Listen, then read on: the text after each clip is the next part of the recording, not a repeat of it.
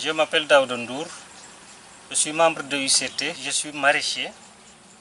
J'ai une pépinière de tomates que je m'apprête à planter. Donc il faut d'abord faire la préparation du sol. Il faut bêcher la terre, c'est-à-dire le retourner. Après, tracer les planches, préparer les planches et maintenant attaquer le reste. Je dis bonjour à tout le monde. Je m'appelle Mamadou Senghor, membre de l'UCT. Bon, je suis venu aujourd'hui pour vous présenter comment on fait le repiquage d'une pépinière de la tomate. Maintenant, bon, voilà la pépinière. Maintenant, les plantes sont là. Bon, je vous explique comment on fait le repiquage. Je commence à repiquer. Une plante est là. Bon. Je conseille à tout pépinière, à tout maraîcher. Une fois que tu fais le repiquage, il faut laisser un écartement de 40 cm. 40 cm d'une plante à l'autre. 40 cm. J'ai déjà fait mon repiquage. Voilà. Je vais attendre d'abord 30 jours d'avance pour venir faire mon butage. Oui. Maintenant, il fait 40 jours, 30 jours du moins. Je fais mon butage. Le butage, c'est ça. C'est ça. C'est comme ça qu'on fait le butage. C'est comme ça qu'on fait le butage. Voilà. Maintenant, ce butage sert à quoi? Ça sert pour que les plantes puissent bien se développer. 5 jours après, je reviens encore dans mon jardin, bon, en installant mes piquets. Voilà mes piquets. Voilà. Ça, c'est mes piquets. Je vais les installer. Comment les installer? Comme ça. Au rebord des planches. Comme ça. Comme ça. Maintenant, je vais essayer encore une fois d'amener une corde. La corde aussi, je vais le mettre ici. L'attacher tout autour des piquets. L'attacher tout autour des piquets. Ça sert, bon, pourquoi faire? Bon, une fois que tu l'attaches, si le vent des pluies vient, tes plantes ne tomberont pas. Maintenant, je suis au stade de la floraison. Bon, une fois je me suis arrivé dans mon jardin, j'ai constaté que mes plantes ont des maladies. Maintenant, j'ai vérifié, j'ai constaté que ce sont les feuilles qui sont malades. Aussitôt, je me suis rendu au marché pour acheter des produits chimiques. Pourquoi? Pour traiter mes plantes. J'ai apporté mes arrosoirs, j'ai dilué de l'eau avec le produit, j'ai commencé mon traitement. Maintenant, je préfère mieux de faire d'autres méthodes. Quelle est la méthode? Cette méthode en est que on m'avait une fois fait une formation sur la bio. Maintenant, cette formation, je vais l'appliquer encore une fois.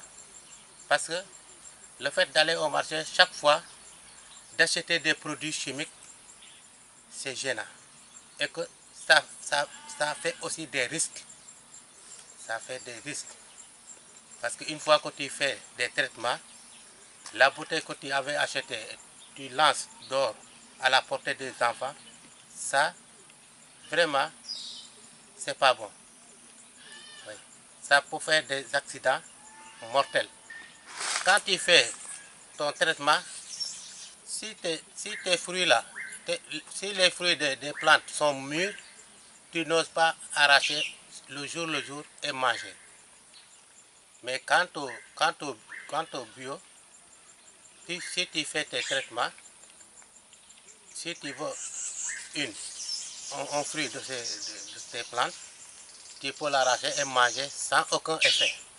Une fois que tu fais tes produits et que un de tes enfants vienne à ton absence, eux, ils peuvent manger les fruits là et ça n'aura aucun problème. Le bio là, on m'avait fait une formation que je vais partager avec mes collègues maraîchers. Tu cueilles beaucoup de feuilles de Nîmes, après tu amènes ça, tu mets dans un mortier, tu piles, après tu l'enlèves, tu mets ce mélange là dans une bouteille de 10 litres du lait avec de l'eau pendant 10 jours. Bon, ce mélange là va pourrir. Une fois que tu veux traiter tes plantes qui sont malades, tu viens, tu mets 5 litres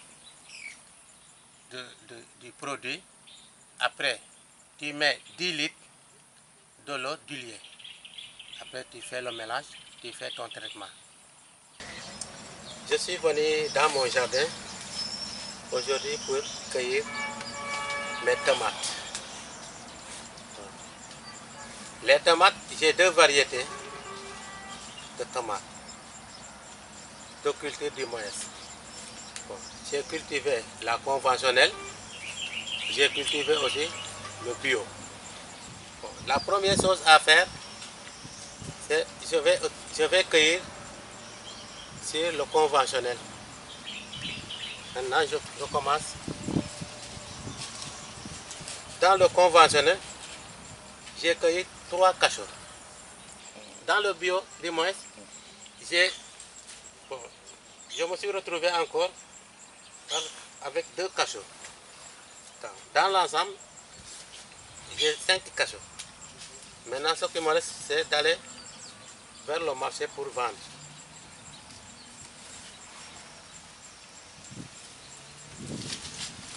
Arrivé au marché, j'ai trouvé mes collègues maraîchers.